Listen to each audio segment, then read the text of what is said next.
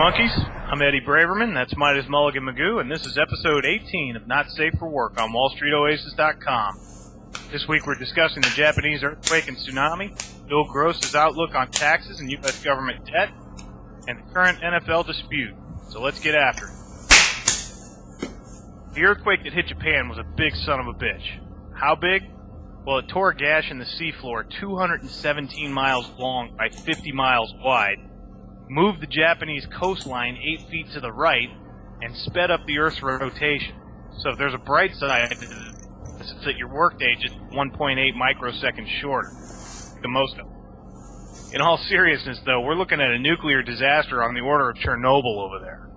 It's already been a confirmed core meltdown, 6 reactors have gone offline, and now they're pumping seawater into the melted core in the hope of cooling it down. To this point, hasn't worked, and now radiation levels have risen above what is considered safe to humans. My heart goes out to the Japanese people. I'll link to a video below for anyone who hasn't seen it yet, but it's a city that was there 1 minute and gone the next, buildings and all.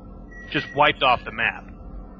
This is going to be a long and painful recovery for Japan, and the Bank of Japan is already stepping in to stabilize the yen, but we'll see what happens.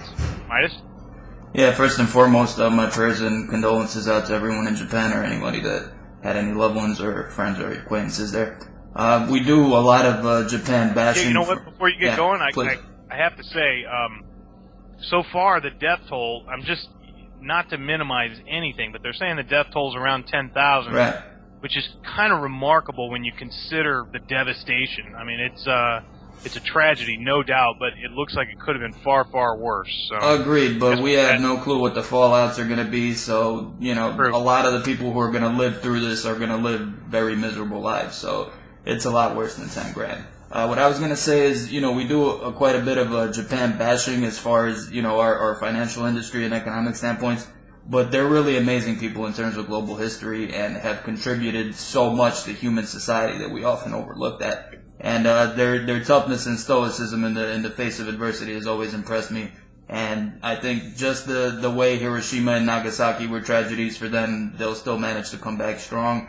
Sure. This might actually be somewhat of a blessing in disguise, being that the Kyoto protocols were signed in Japan. Maybe this is something that gets the world kick-started towards a more of a clean energy kind of environment, since obviously nuclear power is something that in times of tragedy can't really be counted on. So hopefully something good will come out of this. Yeah, I mean, I wouldn't discount nuclear as a clean energy. Obviously, I think their reactors and everything should have been built to a higher standard. That's the issue, maintenance. Yeah, I mean, you can't ever plan for an 8.9 on the Richter scale, but yeah, you got to build stuff to a 10, and if anything goes above that, I mean, that's basically the way California works anyway. But moving along, Illini programmer started a thread this week about Bill Gross and taxes, and it got a ton of comments, so we wanted to address it. When a guy like Bill Gross says we raise taxes on the wealth and on the corporations, you should listen to that. I hate paying taxes more than anyone I know, but raising taxes, especially on corporations who have been dodging taxes like you would not believe, it's a required component of the 1-2 punch to wipe out the deficit. Our tax system is irretrievably broken, and I'll give you a personal example. I got an email from my accountant a couple weeks ago with the preliminary figures for this year's taxes. I knew it had to be a mistake, so I called him. Nope, no mistake. Because of some change in the tax treatment of a certain credit that came about from Obama's health care bill of all things, I ended up with a substantial windfall this year. Not that I'm complaining, mind you, but I'm really not the guy who should be getting a big break on his taxes. What do you think, dude? I gotta take the other side of the argument against what guys like Bill Gross, aka the guy who's been front-running the Fed for how many decades now, and Warren Buffett, the biggest individual beneficiary of TARP, and Stephen King and Sean Penn and other fools coming out with this kind of, tax me harder attitude, you guys aren't asking the government to tax you hard on your earned wealth. So when you get into the billions and the hundreds of millions, yeah, you can afford to have 50 or 80 or 90% of your earnings taken away from you. But that's earnings. Now, if I were to have Bill Gross here, I'd ask him, Mr. Gross, you've been saying that little to no growth is the new normal, correct? So, if you and your billionaire boys are so concerned with making things better, why don't you ask to get back taxed on all the money you made during the boom times? I mean, when the system was just as broken and the middle class was disappearing, none of you guys were saying anything when you were raking in huge returns. But now that people are out screaming for blood, and now that you're starting to think about pitchforks and nooses, all of a sudden you're so concerned about the little guy who you've been fucking for so long. I don't disagree with anything he said. I disagree with him saying it. And as far as corporations are concerned, I mean, I think any company which outsources American jobs offshore under these bullshit banners of maximizing shareholder equity and investments and returns should pay hefty fucking levies. But there's nothing new to this. It's just ridiculous that it has to get to this point, and that we need guys like Gross or Buffett telling us things like this that we already know. Honestly, when I hear somebody like Bill Gross talk about things like this, I see a scared old man who's worried about competition, and like all rich men close to the end of their lives, does not want to see the young and the hungry come up. That's I don't disagree with you. But a common comeback to when somebody says something like that is, especially on WSO, it's a common comeback. Don't tax me. If these guys want to be taxed more, why don't they just send in more money? Nobody's stopping them from cutting a check to the government. And like I said, this year I'm in the boat. I mean, really shouldn't have got the break I got, but I'm not giving that money back because number one, it's perfectly legal. Of course. I got a friggin' Boy Scout for an accountant at my wife's insistence, but the system is irretrievably broken. And if I were to give that money back, it would just end up at the DOD and probably get some American kid killed. So, I'm not going to do it. Agree with you 100%, but at the same time, you haven't made billions of dollars by being part of the system and taking advantage of those idiosyncrasies. So, I'll take it from you. I will not take it from them. But generally, shit definitely has to change in terms of the tax code. Agreed. Yep. Let's move on. All right. Well, we had a lively debate about the whole Wisconsin issue over the past couple of weeks, but let's move on to a union dispute that everyone actually gives a shit about. As you can see, I'm wearing my jersey today to show my solidarity with the NFL Players Association and their down drag out with the greedy owners. Now, you might just say that this is millionaires complaining about billionaires, but it goes deeper than that. Part of the issue is ongoing health insurance for injured players. Not everybody is a superstar like Drew Brees or Peyton Manning or any of these other eight-figure guys. There's a lot of rank-and-file guys on the practice squads getting banged up every day, sometimes worse than the regular players. Concussions, long-term injuries, etc. And they're paid an average of $88,000 a year. So they're hardly millionaires. It's easy to go broke with a long-term injury if you can't get health insurance when you leave the league. Now, Tom Brady, Drew Brees, and Peyton Manning filed an antitrust suit against the NFL on Friday under the Sherman Act, which would entitle every player to 3 times their annual comp if there's a lockout and the suit is successful. Hopefully it'll move the owners in the right direction and everything will get resolved, because if I have to deal with a Parisian fall and winter without football, I might just kill myself. What do you think? I think I'm going to stop letting you pick the fucking filet mignon arguments and leaving me with ground chuck over here, It's like, I feel like I should have a swastika painted on my forehead, the kind of people I have to defend here. But, nobody's making you defend the owner.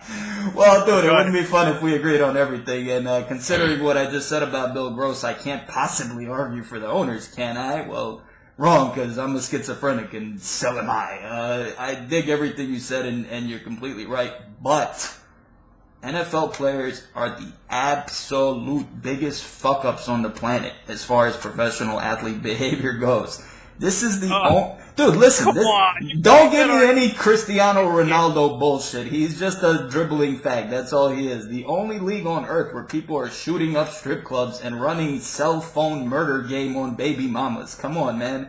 Many of these guys are completely unfucking insurable. Can you imagine the premium that the Eagles pay every time Mike Vick walks by a freaking kennel?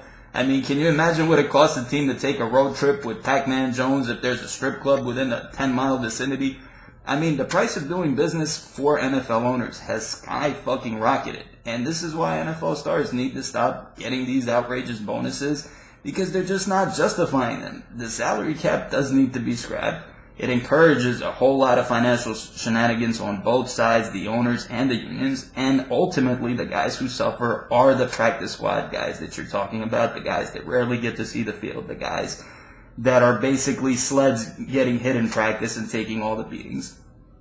And if you look at what players' unions across sports and across the country are doing, and we're going to be having the same discussion in a few weeks, by the way, about the NBA and possibly MLB, their focus is on the Bradys, the A-Rods, the LeBrons, and how to get them the top max contracts. But they are the ones who are ignoring their own guys. So, I mean, you take a look at a guy like Albert Hainsworth, for example. I mean, this guy's making his bail bondsman a rich man.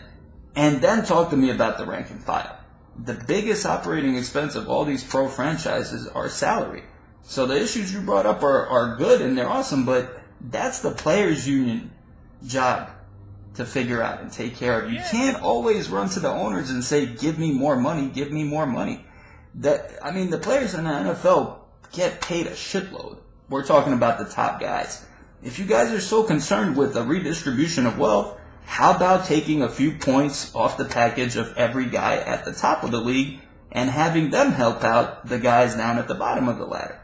You know, you can say that, but when you look at Major League Baseball or the NBA, for crying out loud, I mean, if you want to talk about gangsters, look at the NBA. Oh, yeah. I mean, God forbid the NBA All-Star Game comes to your town, you know? Yeah. But, you know, you can't say the NFL guys are making bank. Yes, they do very, very well. I'd never make the argument otherwise. But when you look at baseball players and basketball players, it's night and day. I mean, and I get it. You know, baseball plays every day. The NFL plays 1 week. Yes, I get that. But, you know, to make the analogy that the NFL has the worst athletes in the world, I mean, I can't even watch an NBA game. You look at the guys that are the heroes, for crying out loud. Kobe Bryant, the rapist. You know. First of all, that was proven. Kobe is not a rapist. You know, he likes he likes to take the back door. That's all. You know, that's all. At the risk of getting fucking sued, yes, he's not a rapist. You know, aren't settlements a beautiful thing? But you read any good books lately? Actually, I haven't read this book for close to 10 years, but I think it comes at a good time for this conversation. It's called "Restoring Japan's Economic Growth" by Adam Posen. Written in 1998 and still holds a lot of really good potential remedies for the stagnant Japanese economy, which I would suggest the Bank of Japan revisit right about now. And for those of us here who aren't really buying into the recovery, it's also a pretty good guide as to what we will probably be seeing not happening over the next decade here in the U.S. So it might actually be a good alternative investment guide for some of you guys, and I recommend you check it out. All right, cool. Well, since we've been discussing the NFL, my book recommendation for this week is Coming Back Stronger by Drew Brees. Groupie love! Before you guys go thinking that I'm some Drew Brees fanboy, let me clear it up for you. I am. This guy has an unbelievably inspirational story.